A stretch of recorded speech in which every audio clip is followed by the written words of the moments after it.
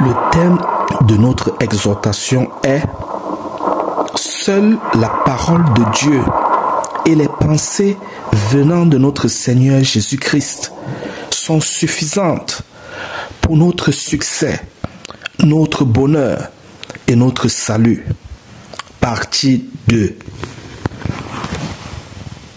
Entrons dans le corps du sujet. Toute pensée venant dans notre esprit, dans notre cœur, dans notre conscience, proviennent de diverses sources. Nos pensées peuvent provenir des situations quotidiennes auxquelles nous sommes confrontés et sur lesquelles nous devons appliquer la parole équivalente de Dieu pour mieux les gérer, afin de ne pas tomber dans un piège du monde et afin d'avoir la faveur de Dieu. Nos pensées peuvent aussi provenir de la convoitise de notre chair par le canal de nos sens, la vue, l'ouïe, l'odorat, le toucher, qui travaillent généralement en concert avec Satan et les démons pour notre préjudice, pour notre éloignement de Dieu et notre destruction.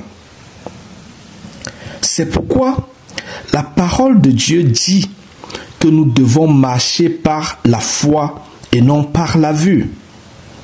Car la foi n'est pas un sentiment et ne fait pas appel à nos sens, mais elle s'appuie sur la parole de Dieu et son Saint-Esprit, afin que notre réaction en toute situation ne soit pas influencée par nos sens.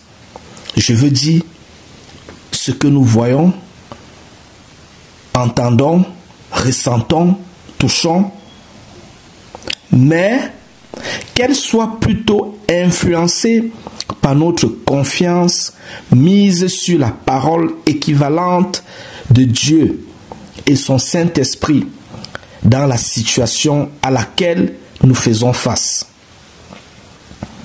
Nous devons donc connaître ce que la parole de Dieu dit d'une situation donnée afin de la gérer selon Dieu pour que Dieu lui-même intervienne dans notre situation. Nos pensées peuvent aussi provenir directement des démons et Satan qui suggèrent à notre cœur des tentations, des mauvaises pensées, des mauvais désirs, des envies, des mauvais sentiments, des mensonges en vue de nous éloigner de Dieu et nous détruire.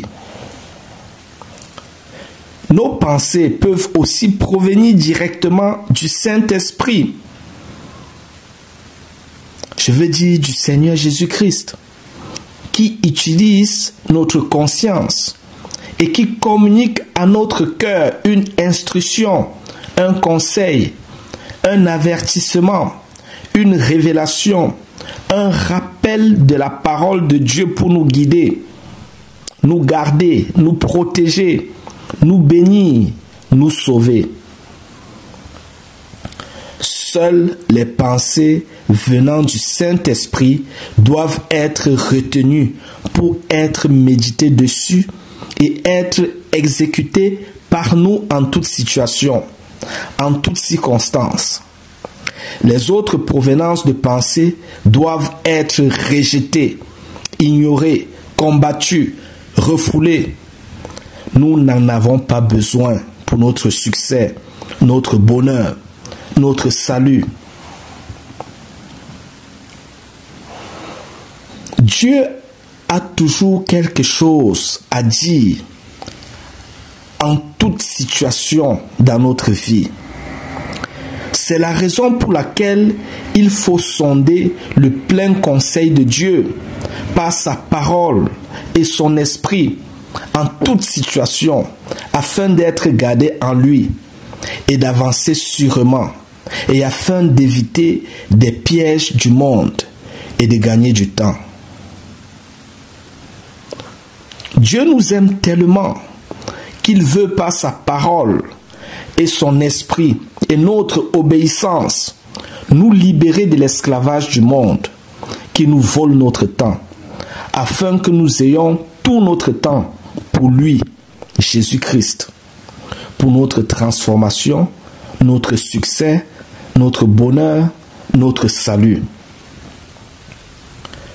Tout ce que Dieu nous donne s'accompagne de sa paix et aucun chagrin ne se trouve. Car les bénédictions de Dieu sont pures et sûres et Dieu lui-même les garde pour nous, pourvu que nous demeurons en lui. Par contre, demander et acquérir des richesses de la main du monde, je veux dire sans Dieu, viennent à nous avec des démons, des problèmes, des tourments, des conditions, au point de disparaître, étant absorbés par nos problèmes. Et même lorsqu'une telle richesse ne disparaîtrait pas, elle passerait entre les mains d'un autre. Elle ne bénira pas notre postérité à long terme. Et elles joueront contre nous au jour de notre jugement devant Dieu. Demeurer en Dieu, c'est demeurer en Jésus-Christ, en nous laissant guider tous les jours par la conduite de sa parole et de son Saint-Esprit. Demeurer en Jésus-Christ, c'est entrer dans le repos de Dieu, au point que même au milieu des tempêtes que le monde peut jeter sur nous, nous avons la paix, l'assurance, l'espérance par la foi en Jésus-Christ. Car c'est Jésus-Christ qui prend sur lui nos tempêtes, nos défis, parce que nous demeurons en lui. Et quiconque vient contre nous, vient contre Jésus, et tombe par conséquent sur notre pouvoir. Car le Seigneur dit dans sa parole qu'il a créé l'ouvrier qui souffle le charbon au feu pour fabriquer une âme. Il a aussi créé le destructeur pour la briser. Toute âme forgée contre vous sera nulle et sans effet. Et quiconque viendra contre vous tombera sur votre pouvoir. Et quiconque se prononcera en justice contre vous, vous la convaincrez de méchanceté. Tel est l'héritage des saints, de ceux qui aiment Dieu. Le Seigneur dit dans sa parole qu'il est le bon berger et qu'il frappe à la porte de la bergerie et le gardien lui ouvre la porte. Certainement, le gardien lui ouvre la porte parce que le gardien connaît sa voix et le gardien n'ouvrira donc pas la porte aux étrangers parce qu'il ne connaît pas la voix des étrangers. De peur qu'en ouvrant la porte aux étrangers, il dérobe, égorge et tue les brebis. C'est la raison pour laquelle les étrangers, je veux dire Satan et les démons, cherchent des passages illégaux tels que les fenêtres, les brèches, les fissures pour entrer dans la bergerie et ensuite dérober, égorger, souiller et détruire les brebis. Considérons-nous nous-mêmes comme étant le gardien de la bergerie. La bergerie étant ici notre propre corps et la brebis dans la bergerie étant notre cœur. Les fenêtres, les fissures, les brèches étant ici nos péchés, notre éloignement de Dieu.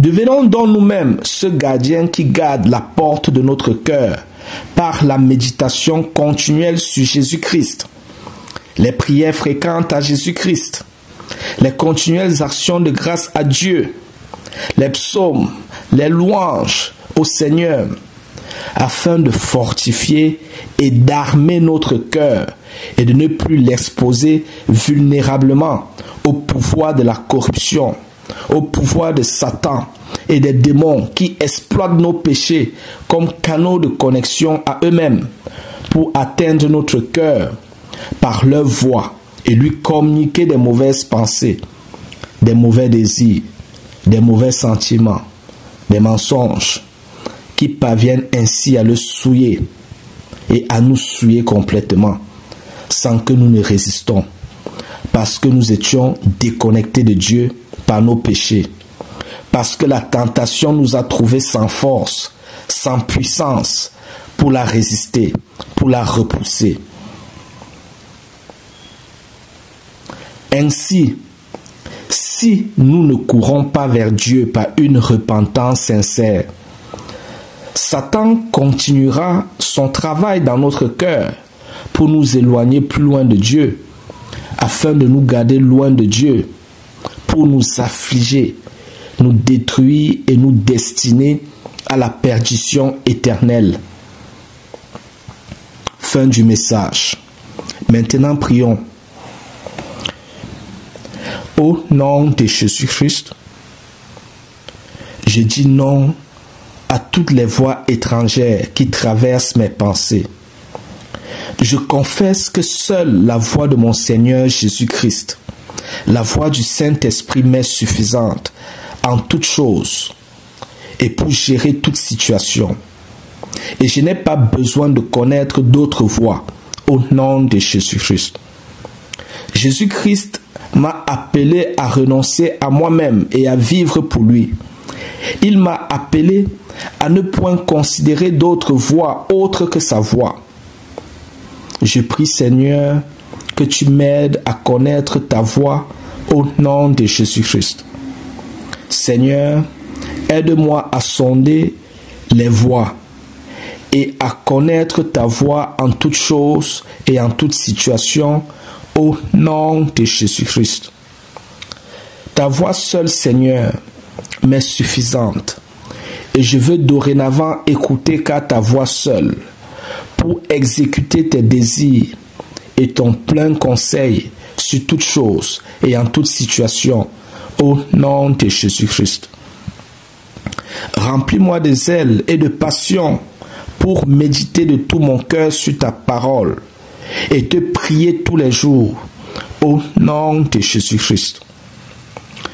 Je veux dorénavant rejeter, repousser, éloigner de moi la voix de ma chair, la voix des démons, la voix de Satan, au nom de Jésus-Christ.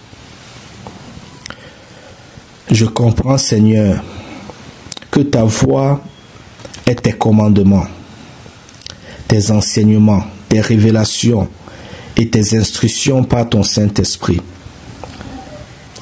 Je comprends que lire ta parole dans la Bible avec un cœur repenti et une intention authentique de te connaître plus, pour t'aimer plus et t'obéir plus, est une visite avec toi dans ta parole, afin que notre cœur, notre esprit soit fortifié et armé par ton Saint-Esprit. Seigneur, quand tu étais sur la terre, tu avais entendu la voix du Saint-Esprit qui te demandait d'aller au désert. Et tu étais allé au désert où tu avais passé 40 jours et 40 nuits sans manger. Par la suite, tu avais entendu la voix de Satan qui te suggérait de faire des choses. Et tu n'avais rien fait de ce qu'il te disait. Mais à chaque fois, tu avais rejeté ce qu'il te disait par la parole de Dieu. Qu'il en soit de même pour nous au nom de Jésus-Christ. Je confesse que dorénavant, qu'à toute pensée qui traverse mon esprit ou ma conscience, je sonderai sa provenance au nom de Jésus-Christ. Si la pensée ne vient pas du Saint-Esprit, du Seigneur mon Dieu, je le rejette. Oui, je la rejette par la parole de Dieu, le sang de Jésus-Christ et le feu du Saint-Esprit, au nom de Jésus-Christ. Je confesse que je rejette toute voix étrangère se manifestant en moi par des envies, des désirs impurs. Par le nom de Jésus-Christ, le sang de Jésus-Christ, le feu du Saint-Esprit, au nom de Jésus-Christ.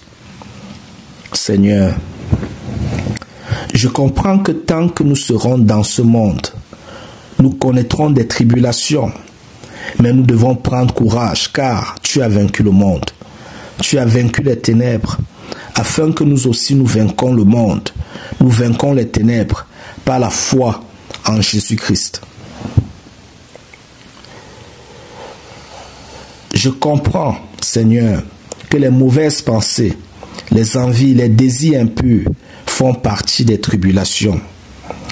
Je confesse que je les rejette par la parole de Dieu et le Saint-Esprit au nom de Jésus-Christ.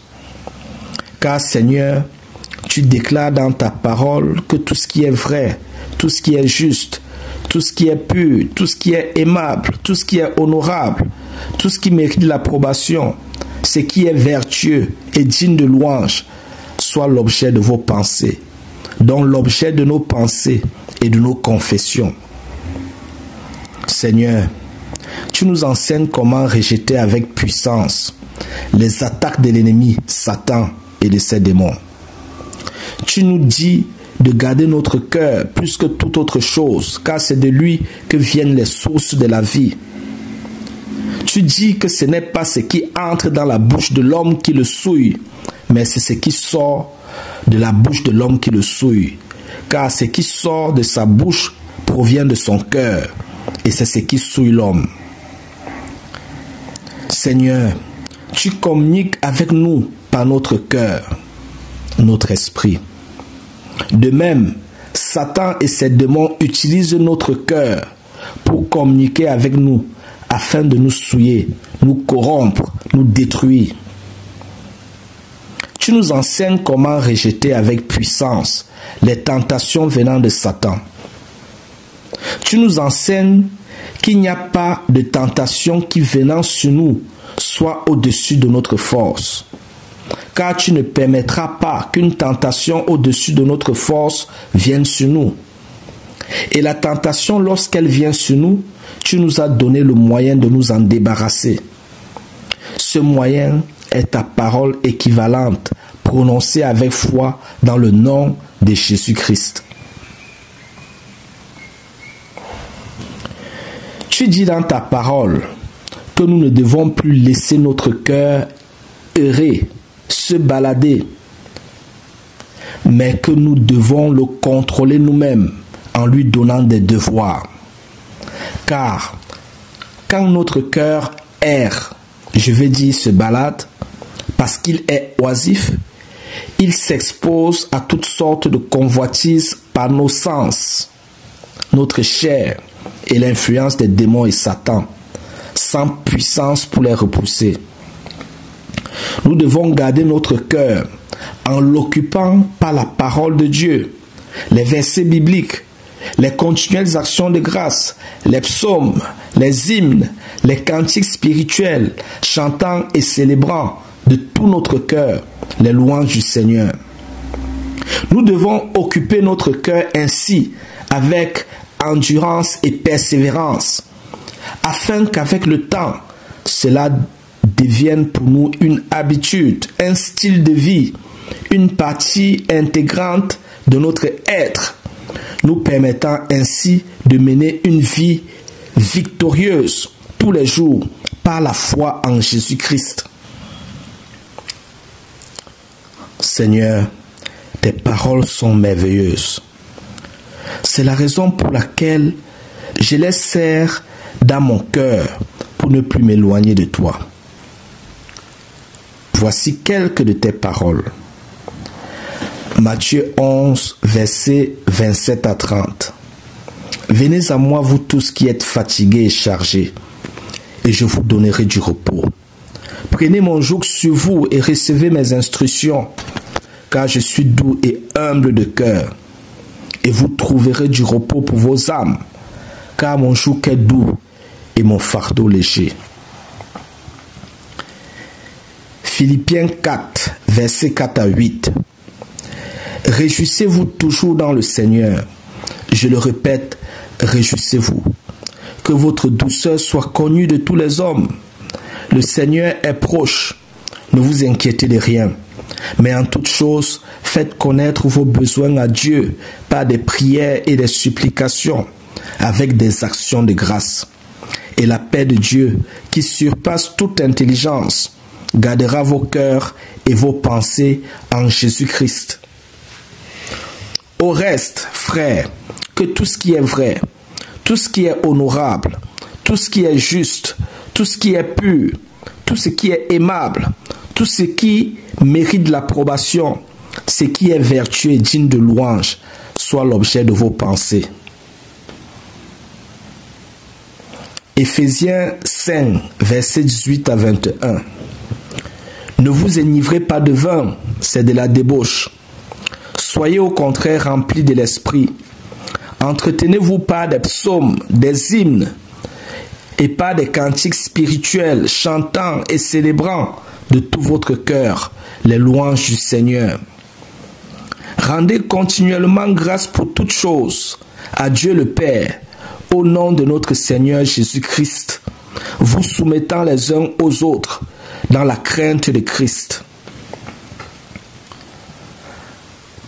Galates 5, versets 16 à 26. Je dis donc, marchez selon l'esprit, et vous n'accomplirez pas les désirs de la chair, car la chair a des désirs contraires à ceux de l'esprit, et l'esprit en a de contraires à ceux de la chair. Ils sont opposés entre eux, afin que vous ne fassiez point ce que vous voudriez. Si vous êtes conduits par l'esprit, vous n'êtes point sous la loi. Or, les œuvres de la chair sont manifestes. Ce sont l'impudicité, l'impureté, la dissolution, l'idolâtrie, la magie, les inimitiés, les querelles, les jalousies, les animosités, les disputes, les divisions, les sectes, l'envie, l'ivrognerie, les excès de table et les choses semblables. Je vous dis d'avance, comme je l'ai déjà dit, que ceux qui commettent de telles choses n'hériteront point le royaume de Dieu. Mais le fruit de l'esprit, c'est l'amour, la joie, la paix, la patience, la bonté, la bénignité, la fidélité, la douceur, la tempérance. La loi n'est pas contre ces choses. Ceux qui sont à Jésus-Christ ont crucifié la chair avec ses passions et ses désirs. Si nous vivons par l'esprit, marchons aussi selon l'esprit. Ne cherchons pas une vaine gloire en nous provoquant les uns les autres, en nous portant envie les uns aux autres. Éphésiens 6, versets 10 à 18. Au reste, fortifiez-vous dans le Seigneur et par sa force toute puissante. Revêtez-vous de toutes les armes de Dieu, afin de pouvoir tenir ferme contre les ruses du diable. Car nous n'avons pas à lutter contre la chair et le sang, mais contre les dominations, contre les autorités spirituelles, contre les princes de ce monde de ténèbres, contre les esprits méchants dans les lieux célestes. C'est pourquoi, prenez toutes les armes de Dieu, afin de pouvoir résister dans le mauvais jour et tenir ferme après avoir tout surmonté. Tenez donc ferme, ayez à vos reins la vérité pour ceinture. Revêtez la cuirasse de la justice. Mettez pour chaussure à vos pieds le zèle que donne l'évangile de paix. Prenez par-dessus tout cela le bouclier de la foi, avec lequel vous pourrez éteindre tous les traits enflammés du malin. Prenez aussi le casque du salut et l'épée de l'esprit, qui est la parole de Dieu. Faites en tout temps par l'esprit toutes sortes de prières et de supplications. Veillez à cela avec une entière persévérance et priez pour tous les saints. Je confesse que je bâtis ma maison sur le roc en mettant en pratique la parole de mon Dieu. Au nom de Jésus-Christ. Au nom de Jésus-Christ. Au nom de Jésus-Christ. Merci Seigneur. Amen. Amen. Amen.